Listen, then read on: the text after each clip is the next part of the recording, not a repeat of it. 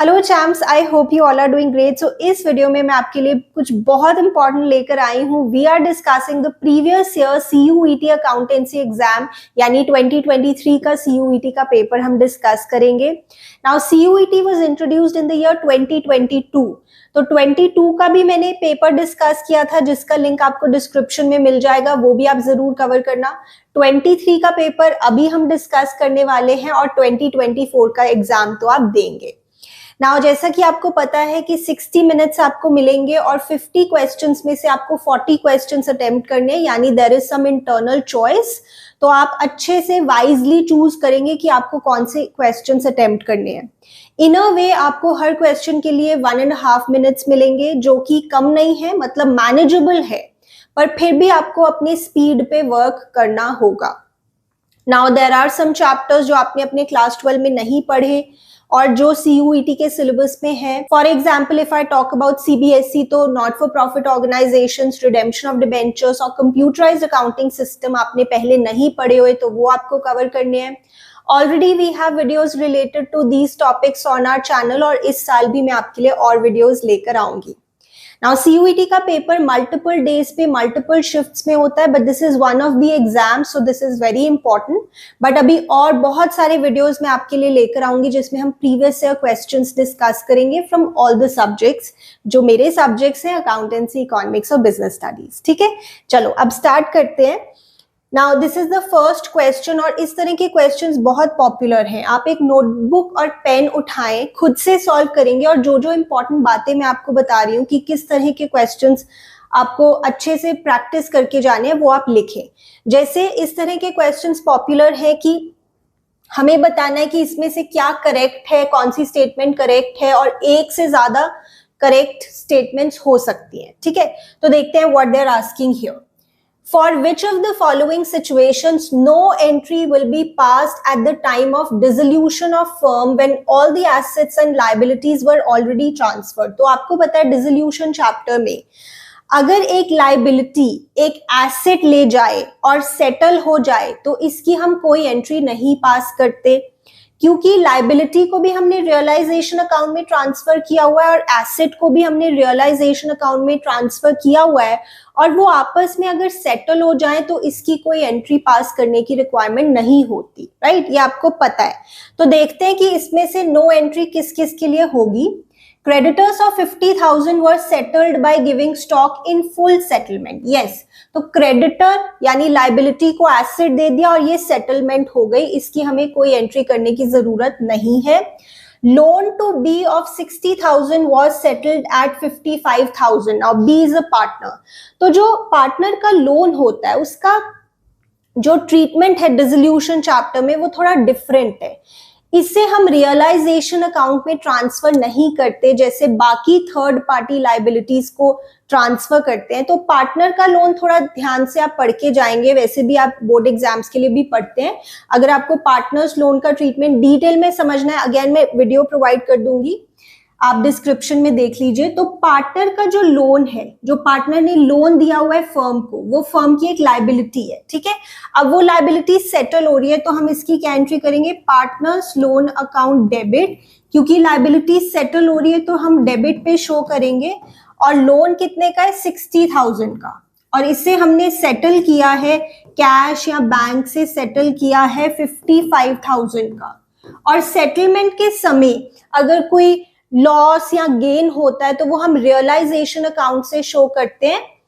किससे रिलेटेड बात मैं आपको बता रही हूँ? पार्टनर्स लोन से रिलेटेड, बाकी थर्ड पार्टी लाइबिलिटीज की बात नहीं मैं कर रही, यहाँ पे पार्टनर्स लोन की बात कर रही हूँ। तो रियलाइजेशन से हम ये गेन शो कर देंगे जो कि 5,000 का है। तो हम कहेंगे कि इस केस में हम ये नहीं कह सकते कि कोई एंट्री नहीं होगी। राइट, तो ये हमारा सही आंसर नहीं हो सकता। Then realization expenses amounted to 5,000. Debtors of 8,000 paid these expenses in full settlement. तो वही है, हमारा एक खर्चा है, यानी हमारी एक लाइबिलिटी है, और डेटर्स हमारा एसेट है, आपस में वो सेटल हो गए, फुल सेटलमेंट हो गई, खत्म बात, no entry. Realization expenses amounted to 10,000 were to be borne by partner and were paid by him personally. ये मैं आपको हमेशा बताती हूँ कि अगर जो एक्सपेंसेस है वो बियर पार्टनर कर रहा है और पे भी पार्टनर कर रहा है, तो फर्म को कोई मतलब नहीं है, ये उसका मैटर है, इसकी फर्म को कोई एंट्री करने की जरूरत नहीं है। ठीक है, तो ये भी हमारे आंसर में आ जाएगा। Then A's loan to firm of 25,000 was settled by giving him furniture of same amount. Now ये थोड़ा ध्यान से देखिए, ये पार्टनर का लोन है जिसके लिए हमने उसे फर्नीचर दिया है, तो आप समझ सकते हो कि एक लायबिलिटी को हम एक एसेट से सेटल कर रहे हैं तो नो एंट्री, बट ऐसा नहीं होगा क्योंकि पार्टनर का लोन जो है वो थोड़ी डिफरेंट तरह की लायबिलिटी होती है, इसे हम रियलाइजेशन में ट्रांसफर नहीं करते ना, तो इसके लिए तो हमें एंट्री पास करनी होगी, इसके लिए no entry is not the answer. ठीक है, और इसकी एंट्री पता है क्या होगी, partners loan account debit to realisation, तो ये नो एंट्री वाला पॉइंट नहीं है। सो वी विल से ए, सी और डी, ए, सी और डी। इससे आप समझ सकते हैं कि कंसेप्चुअली आप स्ट्रांग होने चाहिए, तभी आप इन क्वेश्चंस का आंसर दे सकते हैं। तो अगर आपके कॉन्सेप्ट्स वीक हैं तो please work on your concept. ठीक है, चलिए नेक्स्ट क्वेश्चन देखते हैं now. The next question is, इस तरह के क्वेश्चंस भी बहुत पॉपुलर हैं जिसमें आपको सीक्वेंस में अरेंज करना होता है, like arrange the following in sequence under major heading non-current assets on the asset side of company's balance sheet. Now आपको पता है asset side of balance sheet, they are talking about schedule 3, part 1 of schedule 3 में हमें balance sheet का format मिलता है companies से related, तो वहां पे हमने एक निमोनिक भी बनाया हुआ है, it's a little funny but you can use it, पुत्र ना दिमाग लगा ओए। So that is property, plant and equipment, then non-current investments, deferred tax assets, long-term loans and advances or other non-current assets. ठीक है, तो we will say A, property, plant, then non-current investments, then deferred tax, then long-term loans and advances, and then other current assets. तो A, E, B, C, D, A, E, B, C, D, this is the right answer. ठीक है, चलिए आगे चलते हैं। Then इसके बाद हमारा नेक्स्ट क्वेश्चन है, नाउ कंप्यूटराइज्ड अकाउंटिंग सिस्टम से यूजुअली बच्चे बहुत घबराते हैं क्योंकि आपने पहले नहीं पढ़ा होता, बट लास्ट ईयर मैंने वीडियोस शेयर किए थे आपके साथ और एज इट इज क्वेश्चंस आपके पेपर में आए थे, आप उन वीडियोस के कमेंट्स में जाकर देख सकते हैं कि बच्चों ने क्या लिखा है। तो इस साल भी जो भी कंप्यूटराइज्ड अकाउंटिंग सिस्टम से रिलेटेड वीडियोस आएंगे, those are going to be very very important, don't miss them. तो यहाँ पर क्या बोल रहे हैं, which chart element gives details of the data values and also the categories below the chart. तो चार्ट बनाने का एक फीचर होता है MS एक्सेल में और उसमें डेटा लेबल्स हमें चार्ट के बारे में बताते हैं, चार्ट की जो वैल्यूज हैं उसकी डिटेल्स देते हैं। ठीक है, ये आप तभी समझ सकते हैं जब आप MS एक्सेल को यूज करेंगे। उसके बाद देखते हैं रीअरेंज द फॉलोइंग, अगेन वही सीक्वेंस में लगाने वाले क्वेश्चंस बहुत पॉपुलर है CUET में।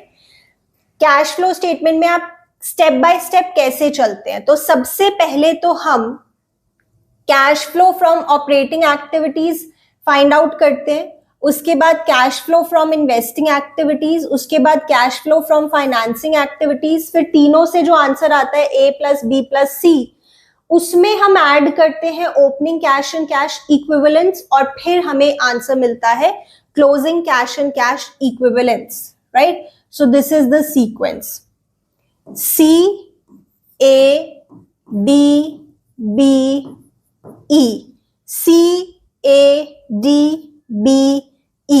This is the right answer.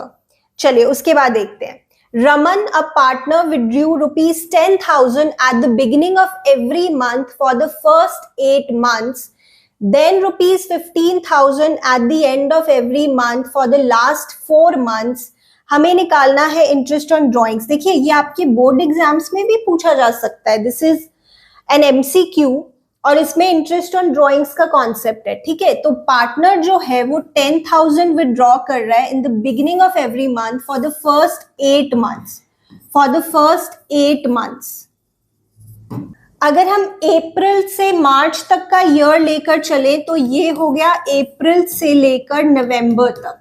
ठीक है, इंटरेस्ट ऑन ड्रॉइंग्स हमें कैसे मिलता है, टोटल ड्रॉइंग्स जो की है पार्टनर ने into rate upon 100 into average period upon 12।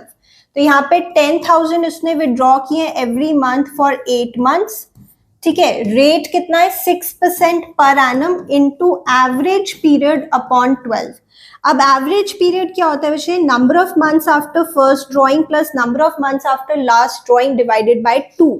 ध्यान से देखना है यहाँ पर, number of months after first drawing till the end, how many months do we have till the end if we start from the beginning of every month, we have total 12 months, ठीक है। और जो हमने last drawing की होगी वो हमने की होगी 1 नवंबर को।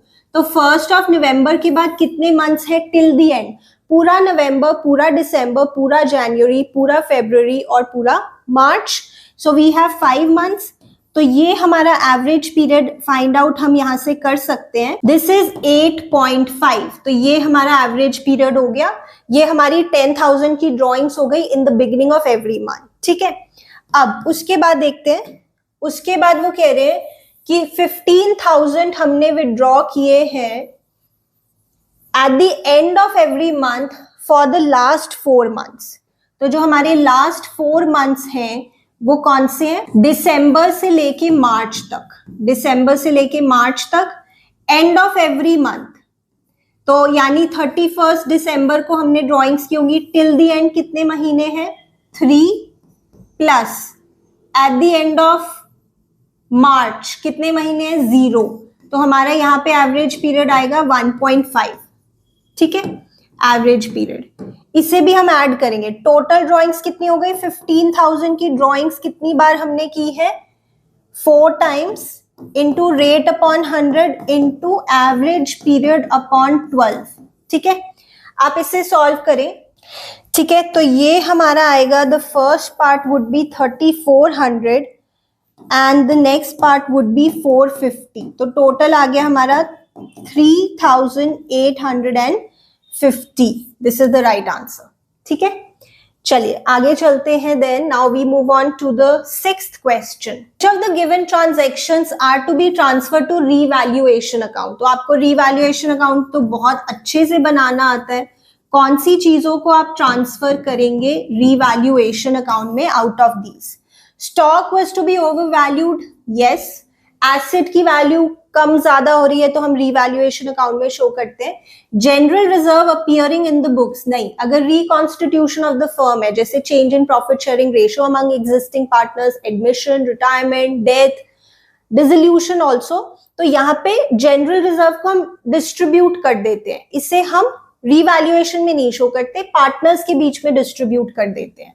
गुडविल वैल्यूड एट, तो जो भी goodwill outside the balance sheet given होती है उसे हम ऐसे यूज करते हैं क्वेश्चंस में, गुडविल वैल्यूड एट, ठीक है। अब एडमिशन का क्वेश्चन है तो नीचे जो गुडविल गिवन है बैलेंस शीट के बाहर उसकी हम एंट्री करते हैं, वो प्रीमियम फॉर गुडविल वाली एंट्री। रिटायरमेंट में जो गुडविल बाहर गिवन होती है उसकी एंट्री हम करते हैं gaining partner debit to sacrificing partner जैसी एंट्री। ऐसे ही change in profit sharing ratio वाले चैप्टर में भी जो गुडविल बाहर गिवन होती है उसकी हम वही एंट्री करते हैं, gaining partner debit to sacrificing. तो बेसिकली इसे हम रिवैल्यूएशन में शो नहीं करते। Then workers claim of 20,000 when there was no workman compensation fund. अगर वर्कमैन कॉम्पनसेशन फंड नहीं है और किसी वर्कर को हमें क्लेम देना पड़ रहा है, पैसे देने पड़ रहे हैं, तो दिस इज अ लायबिलिटी। तो इसे फिर हम शो करेंगे रिवैल्यूएशन अकाउंट में, क्योंकि हमें प्रॉब्लम हो रही है, हमें शॉक लग रहा है, देयर इज नो रिजर्व और ये लायबिलिटी एक एग्जिस्ट कर रही है, तो इसे हम रिवैल्यूएशन अकाउंट में शो करेंगे। Then goodwill appearing in the books, जो गुडविल ऑलरेडी बैलेंस शीट के अंदर है उसको हम राइट ऑफ करते हैं, उसे भी हम रिवैल्यूएशन में शो नहीं करते। सो यहां पर we will say A and D only, A and D, right. चलिए देन उसके बाद देखते हैं this one, determine cash from operating activities from the following information। तो कैश फ्लो स्टेटमेंट का क्वेश्चन है, ये हमारा प्रॉफिट है जो हमें स्टार्टिंग में गिवन है, ठीक है। ऑपरेटिंग एक्टिविटीज के लिए क्या क्या रेलेवेंट है, इन्वेंट्री, जैसे करंट एसेट, करंट एसेट की वैल्यू यहाँ पर बढ़ रही है तो अच्छी बात, बट इसे हम माइनस करते हैं, ये आपको फॉर्मेट में याद होगा, ऑपरेटिंग एक्टिविटीज में हम ऐसे करते हैं। ट्रेड पेबल्स की वैल्यू बढ़ रही है, बुरी बात, बट इसे फिर हम प्लस करते हैं, ठीक है। देन गुडविल, गुडविल की वैल्यू अगर बढ़ रही है तो इसे हम परचेज ऑफ फिक्स्ड एसेट की तरह ट्रीट करते हैं, फिर हम इसे दिखाते हैं इन्वेस्टिंग में। और अगर गुडविल की वैल्यू कम हो रही होती है तो गुडविल अमोर्टाइज्ड जैसे डेप्रीसिएशन, उसे हम ऑपरेटिंग में ही ऊपर नॉन कैश और नॉन ऑपरेटिंग आइटम्स में प्लस करते हैं, बट ये तो बढ़ रही है। शेयर कैपिटल अगर बढ़ रही है तो इशू ऑफ शेयर्स फाइनेंसिंग में शो करते हैं। डिबेंचर्स की वैल्यू यहाँ पे कम हो रही है, रीपेमेंट ऑफ डिबेंचर्स, इसे भी फाइनेंसिंग में शो करेंगे। सो दिस इज इट, बस इसी को हम शो करेंगे ऑपरेटिंग में। सो ये हमारा आ जाएगा 3,50,000 rupees, 3,50,000 rupees, this is the right answer, ठीक है। चलिए, सिंपल है ना, अगर आपके कॉन्सेप्ट्स क्लियर हैं तो आप ये आराम से कर सकते हैं। चलिए देखते हैं। Now what they are asking here, calculate cash flow from investing activities on the basis of above information. ठीक है, यहाँ पे हमें मशीनरी, अक्यूमुलेटेड मशीनरी वाली इंफॉर्मेशन गिवन है। मैंने बहुत डिटेल में आपको समझाया हुआ है कि आप ये अकाउंट कैसे बनाते हैं। तो एक एसेट का अकाउंट और एक अक्यूमुलेटेड डेप्रीसिएशन का अकाउंट। उन्होंने हमसे क्या पूछा है कि इन्वेस्टिंग एक्टिविटी में हम क्या क्या शो करेंगे, क्या अमाउंट शो करेंगे, ठीक है। चलो, मशीनरी का बैलेंस बीडी देखते हैं। ओपनिंग बैलेंस इज 5 लाख और क्लोजिंग बैलेंस इज 6 लाख, ठीक है। अक्यूमुलेटेड डेप्रीसिएशन का ओपनिंग बैलेंस हम इधर शो करते हैं जैसे लाइबिलिटीज का, और क्लोजिंग आ गया यहाँ पे हमारा 1,50,000, ठीक है। ओके जी, उसके बाद during the year machine costing 2,50,000, depreciation charge 1,50,000। मतलब ये कौन सी डेप्रीसिएशन है? Depreciation on the sold part, accumulated depreciation on the sold part. आज तक की डेप्रीसिएशन जो लगी है उस पार्ट ऑफ द मशीनरी पे जो हम सेल कर रहे हैं, इसकी हम अकाउंट टू अकाउंट ट्रांसफर करते हैं। अगर आपको अच्छे से अकाउंट बनाना आता है तो you know this, account to account transfer करते हैं। यहाँ पे हम लिखते हैं मशीनरी अकाउंट और यहाँ पर हम लिखते हैं अक्यूमुलेटेड डेप्रीसिएशन अकाउंट, ठीक है। ओके, और यहाँ पे जो हमारी बैलेंसिंग फिगर आ जाती है ना, that is depreciation for the year, जिससे हम statement of profit and loss में दिखाते हैं। और फिर जब कैश फ्लो स्टेटमेंट बना रहे होते हैं तो ऑपरेटिंग में ऊपर प्लस करते हैं, जहां पे नॉन कैश और नॉन ऑपरेटिंग आइटम्स दिखाते हैं। This is depreciation for the year. But you know, हमें ये फाइंड आउट करने की जरूरत नहीं है, क्योंकि उन्होंने तो हमसे इन्वेस्टिंग एक्टिविटीज का पूछा है। अब 2,50,000 की कॉस्ट थी मशीन की, आज तक उस पे डेप्रीसिएशन लगी है 1,50,000। तो अब देखा जाए तो इसकी वैल्यू आज की डेट में है 1 लाख और हमने सेल की है 1,30,000 की, तो देयर इज अ प्रॉफिट और गेन ऑफ 30,000 रुपीज, ठीक है, जो हम मशीनरी अकाउंट में यहाँ पे पॉजिटिव साइड पे शो करते हैं हियर। इसे हम एसपीएल में दिखाते हैं गेन ऑन सेल, और जब कैश फ्लो स्टेटमेंट बना रहे होते हैं तो उसमें माइनस करके दिखाते हैं 30,000, ठीक है। और यहां पर हमारी कौन सी वैल्यू आती है? सेल वैल्यू, कितने की हमने सेल की है? 1,30,000। ओके जी, अब यहां पे हमारी एक बैलेंसिंग फिगर आएगी मशीनरी अकाउंट में, and that would be on this side. And आपको पता है वो क्या होगी, क्या रिप्रेजेंट करेगी वो? परचेजेस। परचेजेस, कितने की मशीनरी हमने खरीदी है, राइट, ठीक है। तो इसे सॉल्व करो, 1,30,000 plus 1,50,000 plus 6 lakh minus 5 lakh minus 30,000, ये हमारा आ जाएगा 3,50,000, ठीक है, 3,50,000। अब हम इन्वेस्टिंग में क्या क्या शो करेंगे आउट ऑफ दिस? एक तो परचेज ऑफ मशीनरी और एक सेल ऑफ मशीनरी, बाकी कुछ नहीं, बाकी कुछ नहीं। देखो, बीडीसीडी तो कहीं आता नहीं है in your cash flow statement if you are making this account. Accumulated की भी ट्रांसफर हो चुकी है, अकाउंट टू अकाउंट ट्रांसफर, ये भी हमारा कैश फ्लो में कहीं नहीं आता। ये गेन हम ऑपरेटिंग में ऊपर माइनस करेंगे। तो इन्वेस्टिंग के लिए हमारे पास दो ही चीजें हैं, payment for purchase of machinery, कोई हमें वहां पे प्रॉपर प्रेजेंटेशन तो करनी नहीं है, ठीक है। सो इससे आउटफ्लो हो रहा है 3,50,000 का। And receipts from sale, receipts from sale inflow हो रहा है 1,30,000 का। तो नेट में वील से, नेट में ये माइनस में आएगा हमारा 2,20,000, ठीक है। तो that is net cash used in investing activities, net cash used in, ठीक है। I hope this is clear to you. चलिए आगे देखते हैं। Then what are they asking here, the components of capital employed are.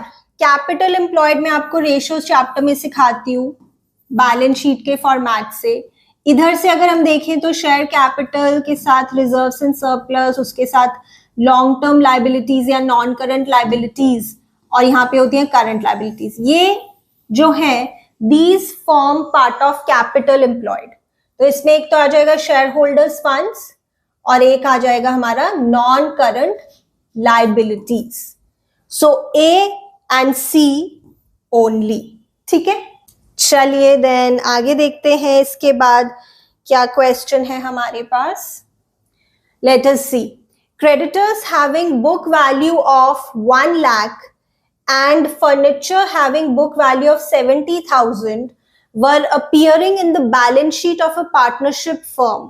On 31st March, the firm was dissolved and creditors decided to take over furniture at 80% of book value and the balance was settled at 10% discount. ठीक है, simple है। Now देखो, जो creditors हैं वो कितने के हैं? 1 लाख के।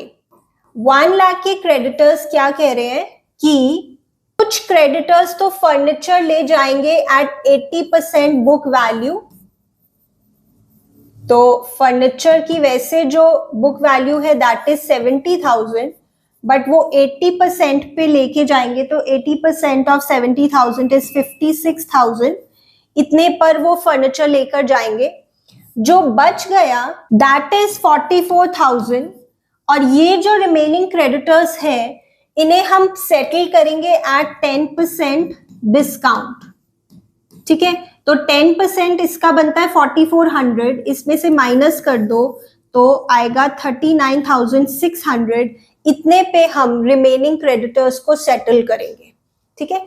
इतने का तो वो फर्नीचर ले जाएंगे, इसकी कोई एंट्री नहीं करने की जरूरत, और बाकी हम उन्हें कैश या बैंक से पे कर देंगे। So the answer is creditors will be paid at 39,600। This is the right answer, ठीक है। I hope this is clear to you. चलिए आगे देखते हैं। If all the debentures are redeemed then the balance in the debenture redemption reserve or fund is transferred to, ये मैंने बहुत detail में आपको एक्सप्लेन किया हुआ है redemption of debentures वाले वीडियोस में कि डिबेंचर रिडेम्पशन रिजर्व हम किस पर्पस के लिए बनाते हैं? डिबेंचर्स की रिडेम्पशन के लिए। और जब वो हो जाता है तो इस रिजर्व में जो पैसा है उसे हम फ्री कर देते हैं by transferring it to general reserve, क्योंकि general reserve is a free reserve. तो उस पे जो हमने लॉक लगाया होता है पहले, उसे अब हम हटा देते हैं जब सभी डिबेंचर्स की रिडेम्पशन हो जाती है, ठीक है। चलिए उसके बाद देखते हैं। Now the next question that we have, which of the following activities come under the heading of financing activities? ठीक है, मुश्किल क्वेश्चन तो नहीं है ये। परचेज ऑफ शेयर्स, अच्छा ध्यान से देखना, मुश्किल नहीं है बट ध्यान से पढ़ना होगा। परचेज ऑफ शेयर्स फाइनेंसिंग नहीं होता, इशू ऑफ शेयर्स होता है, रिडेम्पशन ऑफ शेयर्स होता है।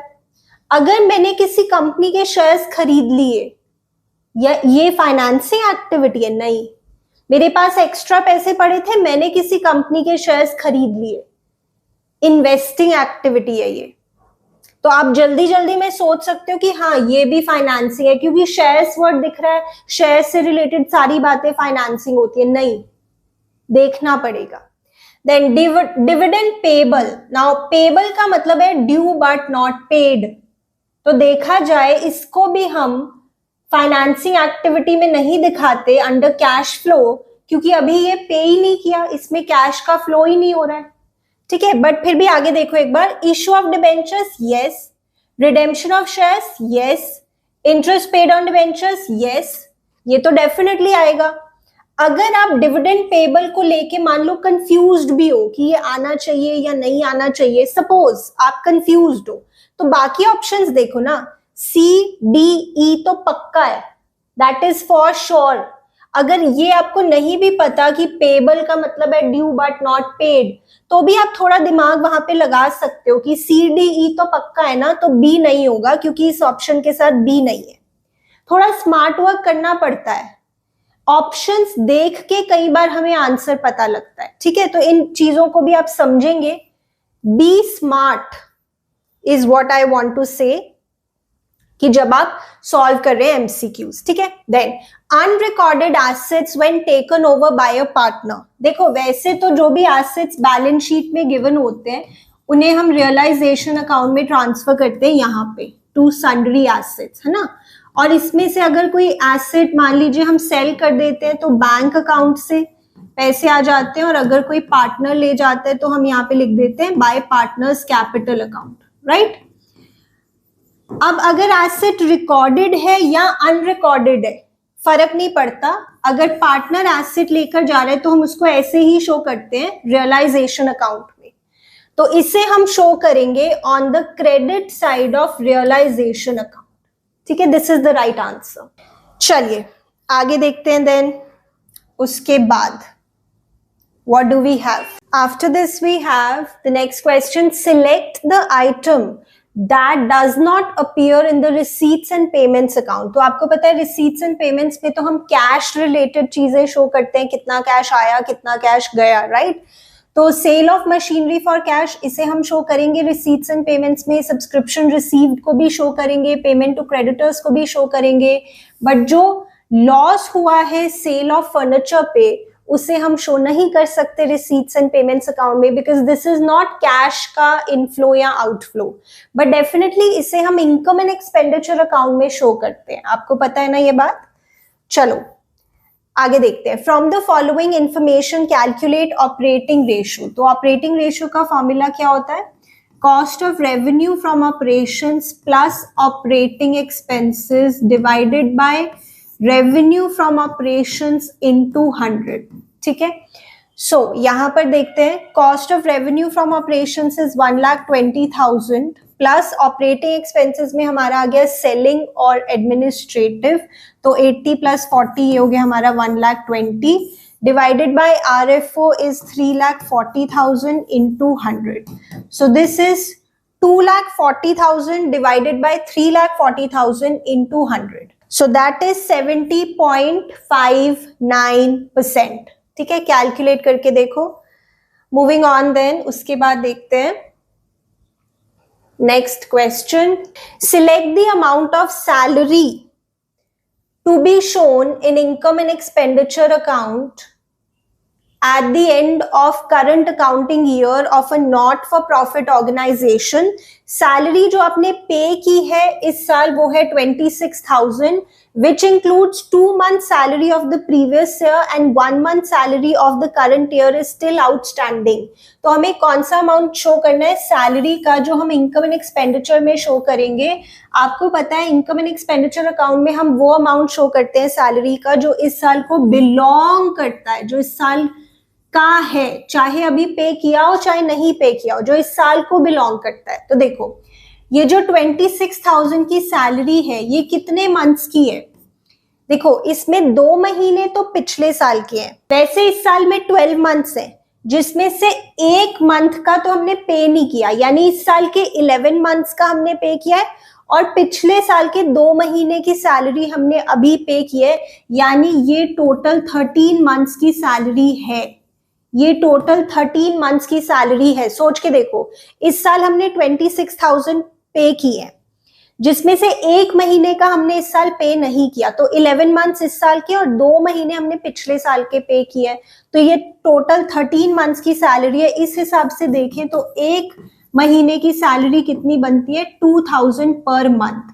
तो इस साल को जो बिलोंग करती है सैलरी इस साल के 12 मंथ्स के अकॉर्डिंग, दैट इज 24,000। ये ज्यादा मुश्किल नहीं है सोचना हमारे लिए। तो इस साल को जो सैलरी बिलोंग करती है वो है 24,000, जो हम इनकम एंड एक्सपेंडिचर अकाउंट में शो करेंगे। उसके बाद Surya housing finances limited gave ₹20 lakh to Chand Construction House as cash advance.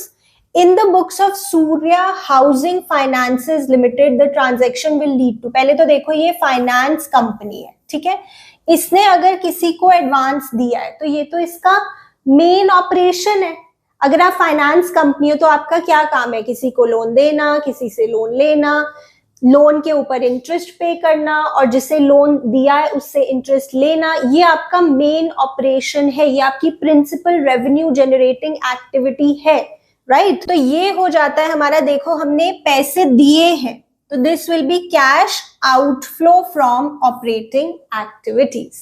ठीक है, सिंपल है, अच्छे से देखेंगे। ऑलराइट, उसके बाद देखते हैं 18th question. Then 18th question यहां पर, identify the other name of common size statement which is one of the tools of financial statement analysis. ना पहले तो आप कहोगे ये तो मुझे आता ही नहीं, कॉमन साइज स्टेटमेंट का एक और भी नाम होता है, छोड़ो ये क्वेश्चन तो मुझे आता ही नहीं। बट बच्चे देखो एमसीक्यूज में अगेन वही स्मार्ट वर्क वाली बात है, there is something called elimination method. कई बार हमें एलिमिनेशन से भी आंसर पता लग जाता है। जैसे मान लीजिए आपको नहीं पता what is the other name of common size statement, but just read the options. क्या इसका दूसरा नाम कंपैरेटिव स्टेटमेंट्स हो सकता है? नहीं, वो तो कंप्लीटली डिफरेंट चीज है। क्या इसका दूसरा नाम कैश फ्लो एनालिसिस हो सकता है? नहीं, वो तो आप पढ़ते हो cash flow statement is very different. क्या इसका दूसरा नाम रेशियो एनालिसिस हो सकता है? नहीं, वो भी एक अलग चीज होती है, वो कॉमन साइज स्टेटमेंट थोड़ी है। तो कॉमन साइज स्टेटमेंट का दूसरा नाम क्या होगा? Component percentage statement, right? तो this is called elimination method, जिससे हम सही आंसर निकाल सकते हैं एमसीक्यूज में। तो सिर्फ एक बार क्वेश्चन देख लिया ये तो मुझे आता नहीं, छोड़ो, ऐसा नहीं करना है। थोड़ा सा a few seconds you spend on the question at least, फिर डिसाइड करें कि आपको आता है या नहीं। चलिए आगे देखते हैं। A company forfeited 100 equity shares of ₹10 each issued at a premium of 20% for non-payment of final call of ₹5 including premium। तो जो शेयर होल्डर है उसने फाइनल कॉल नहीं दी और उसमें प्रीमियम है। सिंपल है, देखो आपको फोरफीचर की एंट्री आती है, equity share capital account debit. Now अगर हमें वो कॉल ना मिली हो जिसपे प्रीमियम है तो हम फोरफीचर एंट्री में सिक्योरिटीज प्रीमियम को डेबिट करेंगे, और ऐसा यहाँ पे हुआ है, शेयर होल्डर ने वो कॉल नहीं दी जिसपे प्रीमियम है, ठीक है, इसलिए सिक्योरिटीज प्रीमियम को भी हम डेबिट कर रहे हैं। 2 forfeited शेयर्स, इसके आगे हम वो अमाउंट लिखेंगे जो हमें मिल गया है शेयर होल्डर से। 2 equity शेयर फाइनल कॉल, जो उसने हमें नहीं दी, उसने हमें फाइनल कॉल नहीं दी, यानी full 10 rupees of face value is called up, और 100 शेयर्स है यहाँ पर। इसमें एक्सक्लूडिंग प्रीमियम होता है, आई होप ये आपको पता है बात। यहाँ पर प्रीमियम जो हमें नहीं मिला, प्रीमियम है 2 रुपीज का, 20% ऑफ फेस वैल्यू 2 हो गया। देन हमें फाइनल कॉल नहीं मिली और टोटल फाइनल कॉल 5 रुपीज की है इंक्लूडिंग प्रीमियम, राइट? तो हमें यहाँ पे टोटल अमाउंट लिखना होता है, और फोरफीटेड शेयर्स के साथ हम लिखते हैं एक्सक्लूडिंग प्रीमियम, जितना अमाउंट हमें मिल गया है। ये बातें आपको पता होनी चाहिए। तो अगर टोटल शेयर 10 रुपीज का है एक्सक्लूडिंग प्रीमियम, और उसमें से फाइनल कॉल 3 रुपीज की है एक्सक्लूडिंग प्रीमियम, तो बाकी 7 रुपीज की होंगी, और 7 रुपीज यानी हमें मिल गए हैं। तो ये हमारा आ गया 1000, this is 200, this is 700, this is 500, ठीक है? तो हमारा सही आंसर हो गया ऑप्शन नंबर 2, ठीक है? I hope this is clear to you. Simple question, अगर आपने शेयर्स चैप्टर अच्छे से पढ़ा है तो आपके लिए मुश्किल नहीं है। आगे चलते हैं नाउ। मैच, इस तरह के क्वेश्चंस बहुत पॉपुलर हैं सीयूईटी में, अच्छे से प्रैक्टिस करके जाएंगे। सिंपल होते हैं बट थोड़ा ध्यान से देखें। डिक्रीज इन गुडविल अकाउंट, अगर आपकी गुडविल की वैल्यू कम हो रही है तो इसे हम अमोर्टाइजेशन के जैसे ट्रीट करते हैं, डेप्रीसिएशन के जैसे ट्रीट करते हैं। कैश फ्लो स्टेटमेंट में जहां पे हम cash flow from operating activities दिखाते हैं, उसमें जब हम नॉन कैश और नॉन ऑपरेटिंग आइटम्स को एडजस्ट करते हैं, there we show this as an addition. ठीक है। Dividend paid, dividend paid is your financing activity, जहां से पैसे उठाए हैं बदले में जो दे रहे हो, that is financing activity. Rent received, मेरे पास कुछ एक्स्ट्रा पैसे पड़े थे तो मैंने कोई प्रॉपर्टी खरीद ली और उसे रेंट पे दे दिया, तो अगर मेरे पास रेंट आ रहा है, this is investing activity. Purchase of machine for trading purpose, trading purpose मतलब ये मेरा मेन काम होगा, सो this will B operating. So A is matched with 3, B is matched with 2, C is matched with 4 and D is matched with 1। ठीक है, simple हो गया। चलिए आगे देखते हैं। Then next question, again match the following, simple होगा। Bearer debenture, bearer debenture जैसे नाम से ही पता लग रहा है, जिसके हाथ में डिबेंचर है उसी को इंटरेस्ट मिलेगा। So interest is paid to person who produces interest coupon. Zero coupon debentures जिसपे कोई स्पेसिफिक इंटरेस्ट रेट डिफाइंड नहीं होता। परपेचुअल डिबेंचर्स जो रिडीम नहीं किए जाते, परपेचुअल का मतलब ये क्या होता है, जो चलता रहता है, चलता रहता है। अनसिक्योर्ड डिबेंचर्स जिसका कोई चार्ज नहीं होता कंपनी के एसेट्स पर, मतलब डिबेंचर्स एक तरह की बोरोइंग है जो कंपनी करती है, वो सिक्योर्ड नेचर की भी हो सकती है, अनसिक्योर्ड नेचर की भी। तो A is matched with 4, B is matched with 1, C is matched with 2 and D is matched with 3। तो this is the right answer। ठीक है, I hope this is clear to you। चलो आगे देखते हैं। Then Ram and Mohan partners हैं partnership में और उनकी रेशो है 3:2। Investment stood in balance sheet at 1,40,000 on dissolution of the firm. Ram took over some of investments at 8,100 जो कि बुक वैल्यू से 10% कम है, while remaining investments were taken over by Mohan at 90% of book value less 900 का discount. तो किस value पर मोहन ने investments ली होंगी? Now this is not difficult, एक बार ध्यान से देखो। इन्वेस्टमेंट्स टोटल 1,40,000 की है जो बैलेंस शीट में है, इसमें से इसकी जो बुक वैल्यू अभी नहीं पता, बट बुक वैल्यू में से 10% माइनस करने के बाद 8,100 की इन्वेस्टमेंट्स जो है वो राम हैज टेकन ओवर। ठीक है, अब पहले तो इसकी बुक वैल्यू फाइंड आउट करो। बुक वैल्यू नहीं पता, let it be x, but x में से जब 10% एक्स का माइनस किया तो वो 8,100 के बराबर आया, यानी कि जो इसकी बुक वैल्यू रही होगी दैट इज सिंपल 9,000। सॉल्व करके देखो, 9,000 बुक वैल्यू रही होगी, जब उसका 10% यानी 900 कम किया होगा तो 8,100 आया होगा, और इस वैल्यू पे Ram has taken over the investments. बाकी जो इन्वेस्टमेंट्स बची, कितने की बची बाकी इन्वेस्टमेंट्स? 1,31,000। ठीक है, तो 1,31,000 है बुक वैल्यू, इसका पहले आप करोगे 90% जो कि आएगा 1,17,900, फिर उसमें से एक और 900 का डिस्काउंट है, यानी कि Mohan has taken over the investments at 1,17,000। This is the correct answer. ठीक है, मुश्किल नहीं है बच्चे।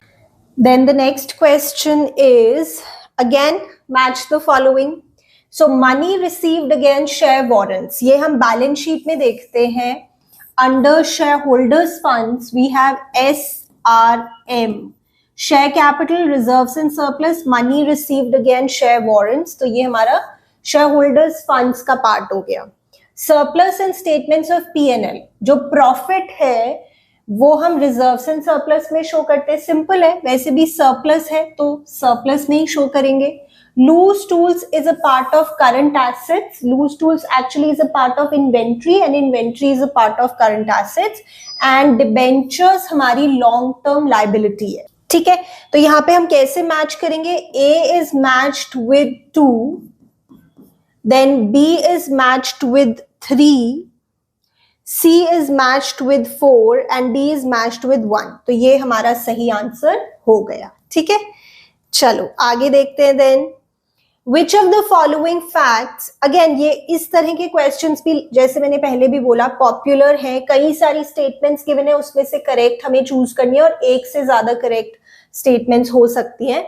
Which of the following facts are related to the tools for analysis of financial statements? So जहां तक tools की बात है, there are four major tools for analysis of financial statements: ratio analysis, cash flow statement, comparative statements, common size statements. So comparative statements and the financial ratios are the two tools employed in vertical analysis. नहीं, let me tell you, जो comparative statements होती हैं वो हमारा horizontal analysis का part होता है. There are 4 types of analysis: vertical, horizontal, internal और एक्सटर्नल. ठीक है, कंपैरेटिव हॉरिजॉन्टल होता है और कॉमन साइज हमारा वर्टिकल होता है. ये आप वैसे भी पढ़कर जाएंगे. ठीक है, तो हमारी फर्स्ट स्टेटमेंट तो गलत हो गई. Then common size statements are horizontal analysis का पार्ट नहीं. Cash flow statements is a tool of financial statement analysis, correct. Ratio analysis establishes the relationship between two financial variables, correct. Ratio का यही मतलब होता है, कोई दो चीजों के बीच में रिलेशनशिप बताना. In a common size statement, each item is expressed as a percentage of some common base, correct. जैसे कॉमन साइज SPL में, statement of profit and loss में, हम हर चीज को रेवेन्यू फ्रॉम ऑपरेशन से डिवाइड करते हैं, और कॉमन साइज बैलेंस शीट में हम हर आइटम को या तो टोटल ऑफ लायबिलिटी से डिवाइड करते हैं या टोटल ऑफ एसेट से, जो कि वैसे दोनों सेम ही होते हैं. सो यहाँ पर CDE ये हमारी करेक्ट स्टेटमेंट्स है. चलिए देन उसके आगे देखते हैं. Let us look at the next question now. C, R and S are partners sharing profits in the ratio of 5:3:2. R जो है वो रिटायर हो गया है और न्यू रेशो है C और S के बीच में 1:1. तो ओल्ड रेशो है 5:3:2 C, R और S के बीच में, और जो न्यू रेशो है C और S के बीच में that is 1:1. The goodwill of the firm is valued at 1 lakh. तो ये वो गुडविल है जो आपको बैलेंस शीट के बाहर गिवन है. आर का जो शेयर ऑफ गुडविल है वो आप कैसे एडजस्ट करोगे? तो ये सिंपल है, आपको पता है रिटायरमेंट चैप्टर में आप क्या एंट्री पास करते हो गुडविल की, gaining partner debit to sacrificing partner, और जो पार्टनर रिटायर हो रहा है वो सेक्रीफाइसिंग ही होगा. ठीक है, तो यहाँ पे गेन और सेक्रीफाइस निकालने के लिए पहले जैसे हम न्यू माइनस ओल्ड रेशो करेंगे. So if we talk about C, तो इसका जो न्यू है दैट इज 1/2 और जो इसका ओल्ड शेयर है दैट इज 5/10, जो कि एक्चुअली सेम होता है. तो ये 0 ही आ जाएगा. तो ये 0 ही आ जाएगा, मतलब C will not be used in our entry. Then if we talk about S, तो 1/2 minus 2/10. तो इसका अगर हम LCM लें, so this is 3/10. ठीक है, और R का जो है दैट इज न्यू तो कुछ है नहीं, सिर्फ ओल्ड ही है, -3/10. तो ये गेन हो गया और ये सेक्रीफाइस हो गया. तो हमारी एंट्री कैसी होगी विषय? The entry would be S capital account debit to R's capital account. ठीक है, और अमाउंट कितना होगा? अमाउंट होगा, पूरी फर्म की गुडविल है 1 लाख, तो 1 lakh multiply by 3/10, so this is 30,000. तो अब हम अपनी सही ऑप्शन देखते हैं. सो यहाँ पर आर का जो शेयर ऑफ गुडविल है that will be adjusted by debiting only S capital account with 30,000. ठीक है, तो ये हमारी यहाँ पर करेक्ट ऑप्शन होगी. चलिए उसके बाद देखते हैं. देन ये हमारा not for profit organisation chapter से रिलेटेड है. बहुत ही सिंपल क्वेश्चन है. अगर आपने ये चैप्टर बहुत डिटेल में नहीं भी किया ना, तो भी आप ये क्वेश्चन का आंसर बहुत आसानी से दे सकते हो. तो यहाँ पर वो बात कर रहे हैं स्टॉक ऑफ रॉ मटेरियल की. स्टॉक ऑफ रॉ मटेरियल जैसे एक हमारा एसेट है, तो इसका बैलेंस BD डेबिट साइड पे आ रहा है. इसका ओपनिंग स्टॉक है 40,000 और इसका क्लोजिंग स्टॉक है 60,000. ठीक है, यहां पर स्टॉक अगर बढ़ेगा तो डेबिट साइड, कम होगा तो माइनस साइड, क्रेडिट साइड. यहाँ पे material consumed during the year, consumed है तो यूज हो रहा है, और वैसे ये जाता है हमारा इनकम एंड एक्सपेंडिचर अकाउंट में, यहाँ पे आ गया। यहाँ अब जो बैलेंसिंग फिगर आएगी that will be material purchased during the year and that is what they want us to find out. ठीक है, तो ये तो बहुत सिंपल है। ये आ गया आपका 2,50,000, 2,50,000 माइनस 40,000, सो दिस इज 2,10,000, 2,10,000। चलिए उसके बाद देखते हैं, moving on then the next question, identify the situation when no entry is required in the case of dissolution। इस तरह का क्वेश्चन हमने पहले भी देखा, which was the first question actually। when a partner accepts a fixed asset in payment of his dues। देखो इसके लिए तो हम एंट्री करेंगे क्योंकि पार्टनर को जो पेमेंट हो रही है फॉर हिज ड्यूज, मतलब जो आप ये इमेजिन करो कि कैपिटल अकाउंट है, उसमें यहाँ पे हम टू बैंक या बाय बैंक से दिखाते हैं कि अगर पैसे बच गए हैं तो पार्टनर को दे दो और अगर पैसे कम रह गए हैं तो पार्टनर से ले लो। तो यहाँ पे अगर कैश की जगह हम उनको एसेट दे रहे हैं तो यहीं पे शो करेंगे ना, इसकी नो एंट्री नहीं हो सकती। और देन पार्टनर अगर पेमेंट कर रहा है लायबिलिटी की, इसकी भी हम एंट्री करते हैं रियलाइजेशन अकाउंट में। लायबिलिटीज को ट्रांसफर करने के बाद फिर पार्टनर जब ले जाता है तो इसको हम रियलाइजेशन में डेबिट साइड पे शो करते हैं, तो नो एंट्री तो नहीं हो सकती। When a creditor accepts fixed asset, yes, इस केस में हम नो एंट्री करते हैं क्योंकि क्रेडिटर को भी हमने रियलाइजेशन अकाउंट में उतारा हुआ है और फिक्स्ड एसेट को भी, और वो अगर आपस में सेटल हो रहे हैं तो no entry. When partners loan is paid by giving some asset, ये भी मैंने आपको बताया था कि पार्टनर्स लोन हमारी थर्ड पार्टी लायबिलिटी जैसा नहीं होता है, इसे हम रियलाइजेशन अकाउंट में नहीं दिखाते। तो अगर इसे हम सेटल कर रहे हैं बाय गिविंग एन एसेट तो इसकी तो एंट्री पास करनी पड़ेगी। तो यहाँ पे only 3 when a creditor accepts a fixed asset in payment of his और हर ड्यूज, सिर्फ इसी की नो एंट्री है, बाकी सबके लिए हमें एंट्री करनी होगी। ठीक है, so this was this question. Then identify the factor that does not affect the value of goodwill of a partnership firm. ये बहुत इंपॉर्टेंट होता है थ्योरी में भी कि क्या क्या चीज हमारी फर्म की गुडविल को अफेक्ट करती है। एफिशिएंसी ऑफ मैनेजमेंट, डेफिनेटली अगर हमारी मैनेजमेंट बहुत एफिशिएंट है तो हमारी गुडविल ज्यादा होगी। मार्केट सिचुएशन, मतलब हम इस तरह के प्रोडक्ट्स में डील कर रहे हैं जिसकी मार्केट में अच्छी डिमांड है, डिमांड ज्यादा है, सप्लाई कम है, तो गुडविल ज्यादा होगी। लोकेशन, अगर हम सेंट्रली लोकेटेड हैं तो हमारी गुडविल ज्यादा होगी। कौन सा फैक्टर इसमें से गुडविल को अफेक्ट नहीं करता, that is change in profit sharing ratio of partners. I think this is easy. ये हमारी गुडविल को कैसे इंपैक्ट कर सकता है। चलिए उसके बाद देखते हैं। Riya, Tia, Priya were partners in a firm sharing profits in the ratio of 4:3:2. The profit of the firm for the year ending 31st March 2020 was 3,60,000. Tia died on 30th June 2020.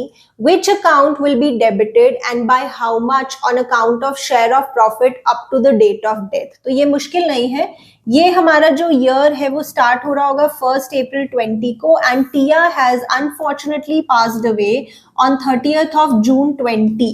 तो ये सिर्फ 3 months के लिए अलाइव रही। तो हम कैसे निकालेंगे प्रॉफिट का शेयर? अब कुछ नहीं लिखा है तो हम पिछले साल के प्रॉफिट के बेसिस पे ही निकाल लेंगे। लास्ट ईयर के प्रॉफिट्स हैं 3,60,000, तो हम मान लेंगे कि इस साल भी इतने के ही प्रॉफिट्स होंगे। बट ये तो पूरे साल के हैं, हमें सिर्फ 3 months के चाहिए, और ये तो पूरी फर्म के, हमें सिर्फ टिया का शेयर चाहिए, राइट? तो इसे हम सिंपली सॉल्व कर देंगे एंड वी विल गेट 30,000। अब इसकी एंट्री क्या होगी? एंट्री तो बहुत ज्यादा इजी है। Profit and loss suspense account हम खोलते हैं प्रॉफिट के शेयर के लिए, क्योंकि अभी फाइनेंशियल स्टेटमेंट्स तो प्रिपेयर हुई नहीं होती जो हम P&L एप्रोप्रिएशन अकाउंट से प्रॉफिट का शेयर देंगे या लॉस का शेयर, तो हमें एक सस्पेंस अकाउंट ओपन करना होता है, right?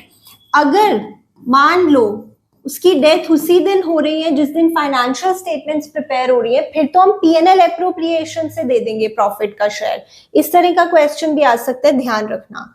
So this is the right answer. Okay, चलिए आगे देखते हैं। Then the software which is used to provide additional security through data encryption is known as, again computerized accounting system का question है, मुश्किल नहीं है। डेटा वॉल्ट से हम अपने डेटा को एडिशनल सिक्योरिटी प्रोवाइड कर सकते हैं। Okay then moving on. यहाँ पर again not for profit organisation chapter से रिलेटेड क्वेश्चन है। अगेन अगर आपने बहुत डिटेल में नहीं भी पढ़ा चैप्टर, सिर्फ बेसिक पढ़ा है, तो भी आप इसका आंसर दे देंगे। इस तरह के क्वेश्चंस आप एक्सपेक्ट कर सकते हो पेपर में। तो सब्सक्रिप्शन मिली है क्लब को, जो कि एक नॉन प्रॉफिट ऑर्गेनाइजेशन है, 4,70,000 रुपीज की इस साल में। और subscription due at the end of the previous year, subscription due at the end of the current year, subscription received in advance last year जो मिली थी, और इस साल जो एडवांस में मिली है। तो हमें ये बताना है कि इस साल हम अपनी इनकम कितनी मानेंगे बाय वे ऑफ सब्सक्रिप्शन। तो इस साल की इनकम है जो इस साल को बिलोंग करती है, और इस साल को कितनी इनकम बिलोंग करती है उसके लिए मैं हमेशा आपको बताती हूँ। अगर आप मेरे नॉट फॉर प्रॉफिट ऑर्गेनाइजेशन वाले वीडियोस देखोगे, उसमें मैंने बहुत लॉजिकली आपको समझाया है कि इस साल हमें 4,70,000 की सब्सक्रिप्शंस मिली है। हमारी ये बैकग्राउंड में अजम्पशन चलती है कि सबसे पहले वो मिली होंगी जो पिछले साल ड्यू थी, बट क्योंकि वो इस साल को बिलोंग नहीं करती इसलिए माइनस कर दो। देन जो इस साल ड्यू है वो इसी साल को बिलोंग करती है तो उसे प्लस कर दो। जो लास्ट ईयर हमें एडवांस में मिली थी वो इस साल को बिलोंग करती है तो उसे प्लस कर दो, और जो इस साल एडवांस में मिली है वो नेक्स्ट ईयर को बिलोंग करती है तो उसे माइनस कर दो। तो ये हमारी आ जाएगी subscription income, which is calculated as 5,10,000, और ये हम शो करेंगे इनकम एंड एक्सपेंडिचर अकाउंट में एज एन इनकम। बहुत ही ज्यादा सिंपल कॉन्सेप्ट है ये। चलिए उसके बाद फिर से मैच द फॉलोइंग, आप देख रहे हो मैच द फॉलोइंग वाले कितने सारे क्वेश्चंस हैं, और इजी है, these are not difficult, but थोड़ा ध्यान से देखना होता है। डिविडेंड पर शेयर, अब डिविडेंड पर शेयर क्या है, 12th क्लास में आप जनरली इसे नहीं पढ़ते, बट एनसीईआरटी में मेंशन्ड है। डिविडेंड पर शेयर हम यूज करते हैं to calculate dividend pay out ratio, which is a profitability ratio. अब आप कहोगे मैम इतना तो हमें नहीं आता, ये तो हमने नहीं पढ़ा, कोई बात नहीं, आप बाकी रेशोज देख लो, ये तो आपने पढ़ी है ना। Proprietary ratio is actually solvency ratio, quick ratio is related to current ratio. वैसे क्विक रेशो यहाँ पे अगर लिखते ना लिक्विडिटी रेशोज तो ज्यादा सेंस बनती, because liquidity ratio is the broader category जिसमें क्विक रेशो और करंट रेशो आती है, बट स्टिल इट्स इजी, ये दोनों रिलेटेड हो जाती हैं। Inventory turnover ratio, activity ratio, तो बचा क्या, प्रॉफिटेबिलिटी रेशो। तो ये सिंपल है, A is matched with 3, B is matched with 1, C is matched with 4 and D is matched with 2। So this is the right answer. ठीक है बच्चे, it is not difficult, काफी सिंपल है। और देखो 50 में से 40 क्वेश्चंस अटेम्प्ट करने हैं, so you have a choice as well. यहां देखते हैं एज पर सेक्शन 48, ये बहुत इंपॉर्टेंट सेक्शन है, सेटलमेंट ऑफ अकाउंट्स का सेक्शन है, 48 सेक्शन भी और 49 भी, ये दोनों आप पढ़ के जाएंगे। What is the correct sequence to be followed at the time of dissolution. तो सबसे पहले हम पेमेंट करते हैं आउटसाइड लाइबिलिटीज को, जो लोग लाइन लगा के खड़े हुए हैं सबसे पहले हम उनको पेमेंट करेंगे, यानी ये। उसके बाद फिर हम पार्टनर्स के लोन को पेमेंट करेंगे, फिर पार्टनर्स की कैपिटल्स को, और फिर अगर कुछ बच जाता है तो पार्टनर्स के बीच में डिस्ट्रीब्यूट कर देंगे। तो C A B D, C A B D, right. चलिए इसके बाद देखते हैं। Goodwill of the firm valued at 7,20,000 being valued on the basis of 4-year purchase of super profit of the firm. Capital employed given है और firm ने कितना profit कमाया वो भी given है. This is actually average profit. देखो goodwill का formula simple है, number of years purchase into super profit. ठीक है, जो यहाँ पे use हो रहा होगा, और super profit को भी हम कह सकते हैं this is average profit minus normal profit. Normal profit को भी हम आगे कह सकते हैं capital employed into NRR, that is normal rate of return upon 100। ठीक है, अब देखो यहाँ पे गुडविल हमें कैलकुलेट करके गिवन है 7,20,000 is equal to number of years purchases 4। ठीक है, average profit is given 4,80,000 minus normal profits 25 lakh into NRR which we want to know upon 100। इसे सॉल्व करेंगे, इसे यहां ले आते हैं, 7,20,000 divided by 4 is equal to 4,80,000 minus 25,000 into NRR. This is what we have received, what we have got after simplifying. ठीक है, तो ये हमारा आ जाता है 1,80,000. So this is 1,80,000 is equal to 4,80,000 minus 25,000 into NRR. इसे आप इधर ले जाओ, ये पॉजिटिव में आ जाएगा.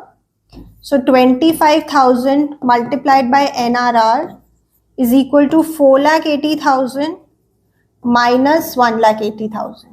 तो ये 3 लाख हो गया आपका. So 3 lakh divided by 25,000.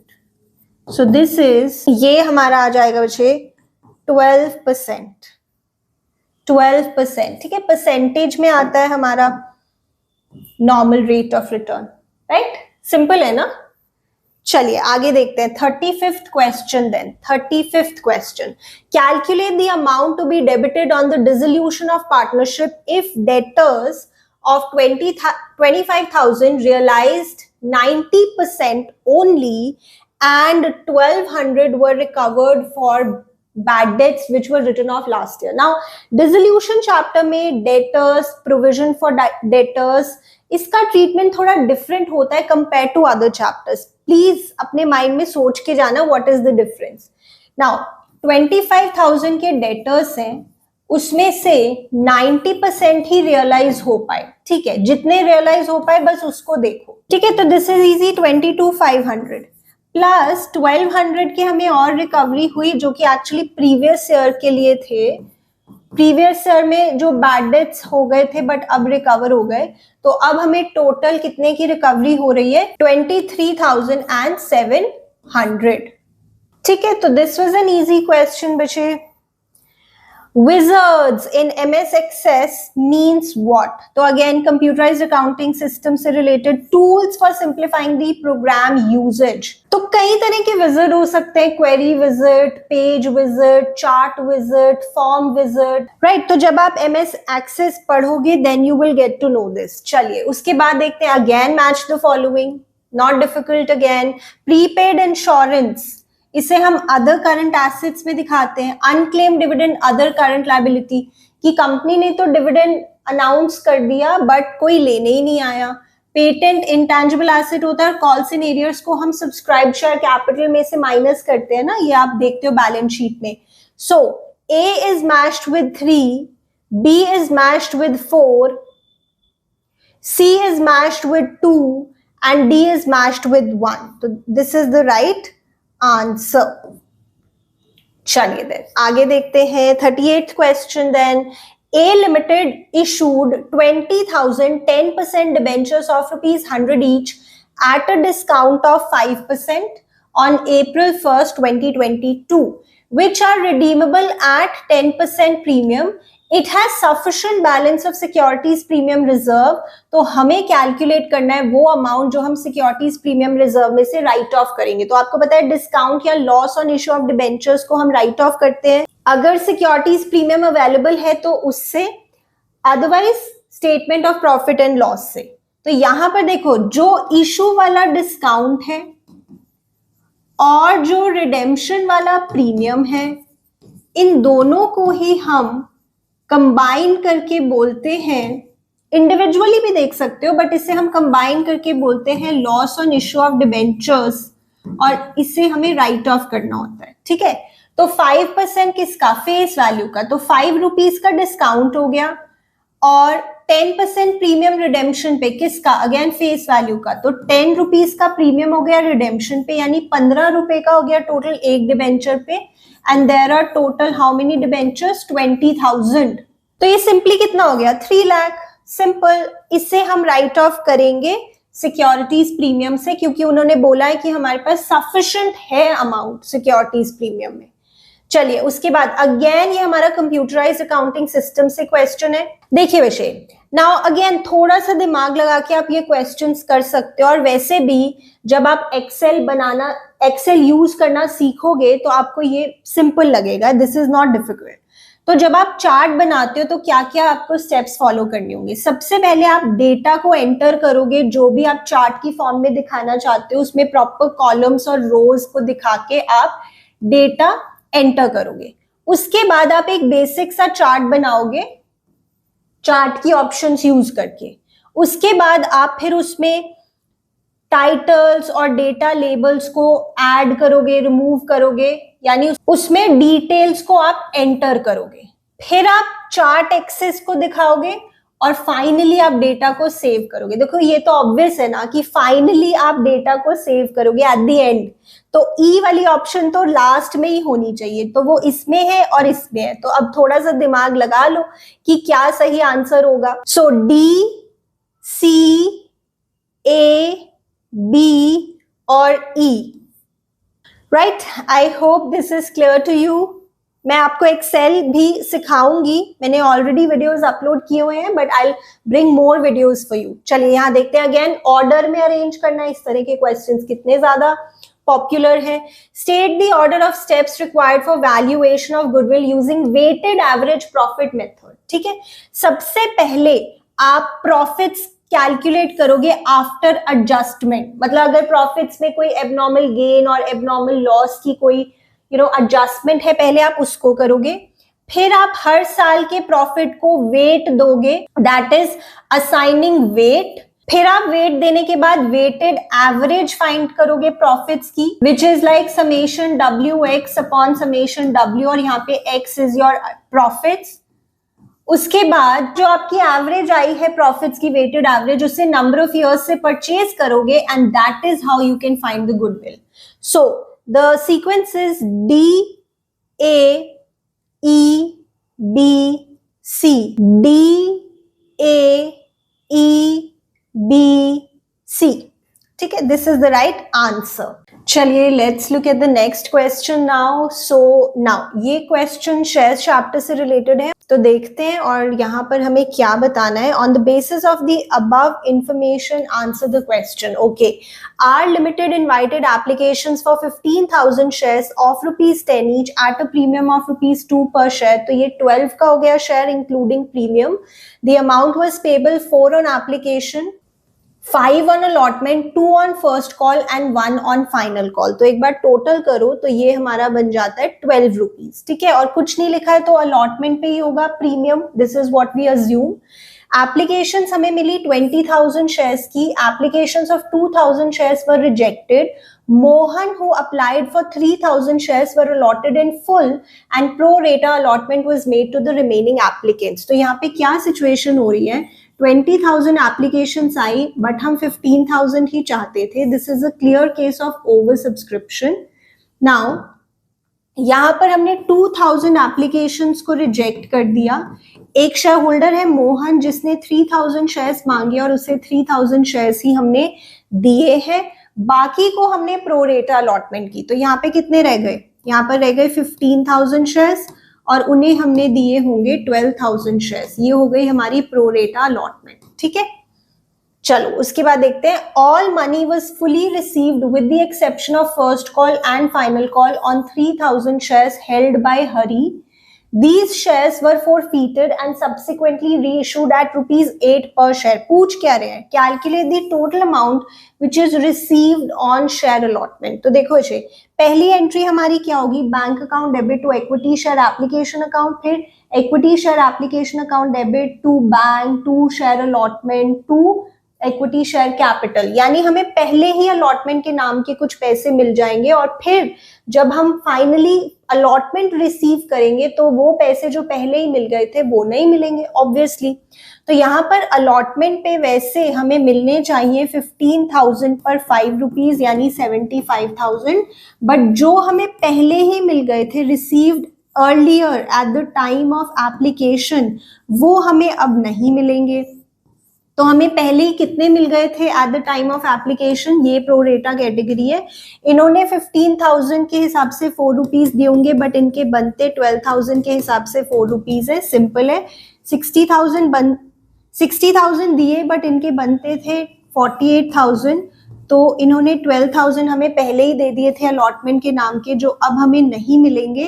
तो यहाँ पर हमें अलॉटमेंट पर मिलेंगे 63,000 रुपीज। सिंपल है, ठीक है। चलिए आगे देखते हैं। Then now next questions, a few questions are related to this case only, मतलब यही केस अब आपका रिपीट हो रहा है, बट ऐसा नहीं है कि इसमें से आप चूज नहीं कर सकते। अगर आपने एक क्वेश्चन नहीं किया आप दूसरा कर सकते हो, that is possible. But generally क्या होता है, बच्चे अगर एक क्वेश्चन छोड़ रहे हैं तो उस टाइप के फिर नेक्स्ट वाले भी वो छोड़ देते हैं, but this is up to you, ऐसा जरूरी नहीं है आपके लिए। अब यहाँ पे हमें फॉर फीचर की जर्नल एंट्री पास करनी है, ये हम वैसे भी अच्छे से पढ़ के जाते हैं क्लास 12 में भी। तो यहाँ पे हमने हरी के शेयर्स करने हैं फॉरफीट, जिसने हमें फर्स्ट कॉल नहीं दी और फाइनल कॉल नहीं दी। तो सिंपल है, equity share capital account debit. अगर हमें वो कॉल ना मिली हो जिसपे प्रीमियम है तो हम सिक्योरिटीज प्रीमियम को डेबिट करते हैं, बट यहाँ पे ऐसा नहीं है, हमें अलॉटमेंट तो मिल गई है, वो ना मिली होती फिर हम डेबिट करते सिक्योरिटीज प्रीमियम को। 2 फॉरफीटेड शेयर्स, इसके आगे हम वो अमाउंट लिखेंगे जो हमें मिल गया है। 2 इक्विटी शेयर फर्स्ट कॉल, इसके आगे हम लिखेंगे जितने पैसे हमें नहीं मिले फर्स्ट कॉल के। 2 इक्विटी शेयर फाइनल कॉल, जितने पैसे हमें नहीं मिले फाइनल कॉल के, ठीक है। अब देखो सिंपल है, वैसे तो हम ऑप्शन देखकर भी बता सकते हैं। सो 3,000 पे हमने कितने रुपए मंगवा लिए होंगे, टोटल 10 रुपीज, एक्सक्लूडिंग प्रीमियम होता है यहाँ पे। देन एप्लीकेशन और अलॉटमेंट हमें मिल गई है 9, total 9 rupees, but excluding premium तो 7 हो गया। देन फर्स्ट कॉल जो हमें नहीं मिली दैट इज ऑफ 2 रुपीज, और फाइनल कॉल जो हमें नहीं मिली दैट इज ऑफ 1 रुपी। तो ये हमारी एंट्री है 30,000 और 21,000, 6,000 और 3,000, ठीक है। तो देखते हैं ये हमारी एंट्री कहां पर मैच हो रही है। तो ये वाली हमारी एंट्री यहां पर मैच हो रही है, दिस वन, ठीक है। This is what we passed, so यही हमारा सही आंसर है। चलिए आगे देखते हैं। देन अगेन सेम क्वेश्चन, यहाँ क्या पूछ रहे हैं, gain on reissue of forfeited shares is transfer to. कोई कैलकुलेशन ही नहीं करनी, this is very simple. Reissue के समय जो गेन होता है उसे हम ट्रांसफर करते हैं कैपिटल रिजर्व अकाउंट में, ठीक है। अल्टीमेटली तो वही ट्रांसफर होता है। चलिए उसके बाद ये देखते हैं कितना अमाउंट आपको मिलेगा री इशू के समय। बहुत सिंपल है, ये सारे शेयर्स जो फॉरफीट हुए वो हमने री इशू कर दिया और इनको हमने आगे 8 रुपीज का दिया है पर शेयर, तो टोटल 24,000 हमें मिलेंगे। बहुत सिंपल है, ठीक है। चलिए moving on, then looking at the next question. Again same question, but अब पूछा क्या है, interest on calls in advance is allowed according to table F of the companies act. ये हम थियोरी में पढ़ के जाते हैं, जो कंपनी है उसे अगर जल्दी कॉल मिल गई है तो उस पर इंटरेस्ट देना होगा कंपनी को at the rate of 12% per annum, ठीक है। और अगर शेयर होल्डर ने लेट पैसे दिए हैं यानी कॉल्स इन एरियर्स, तो उस पे कंपनी शेयर होल्डर से इंटरेस्ट लेगी, which is interest on calls in arrears, जो होता है 10% पर एनम। तो ये आप लर्न करके जाएंगे, दिस इज वेरी सिंपल। उसके बाद देखते हैं, तो अब हमारे वो क्वेश्चंस खत्म हो गए जो शेयर्स वाले क्वेश्चन से रिलेटेड थे। नाउ यहाँ पर हमें क्या फाइंड आउट करना है, करंट रेशो। अब करंट रेशो तो बहुत ही सिंपल होती है, current asset upon current liability. और ये तो और भी सिंपल है क्योंकि यहाँ पे करंट एसेट भी आपको टोटल गिवन है और करंट लायबिलिटी भी आपको टोटल गिवन है, तो इसमें तो कुछ भी नहीं है। तो ये हो गया हमारा 1.6:1, 1.6:1। और देखो इंटरेस्टिंग चीज क्या है, आगे वाले कुछ क्वेश्चंस अब इसी क्वेश्चन पे बेस्ड है,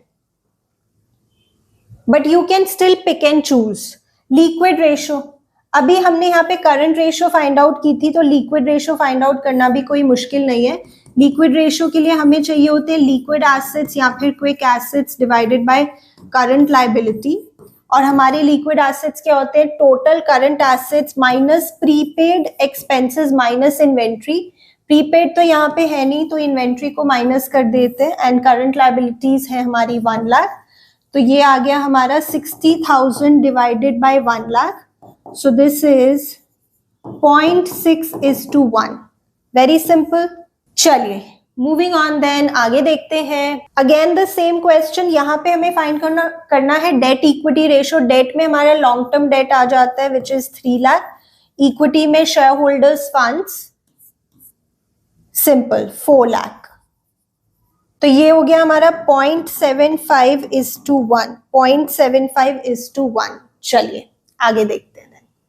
यहां पर हमें फाइंड आउट करना है interest coverage ratio. Very simple, इसका फॉर्मूला क्या होता है? Profit before interest tax and dividend, profit before interest tax and dividend divided by interest on long term debt. और ये हमारा टाइम्स में कैलकुलेट होता है, interest on long term date.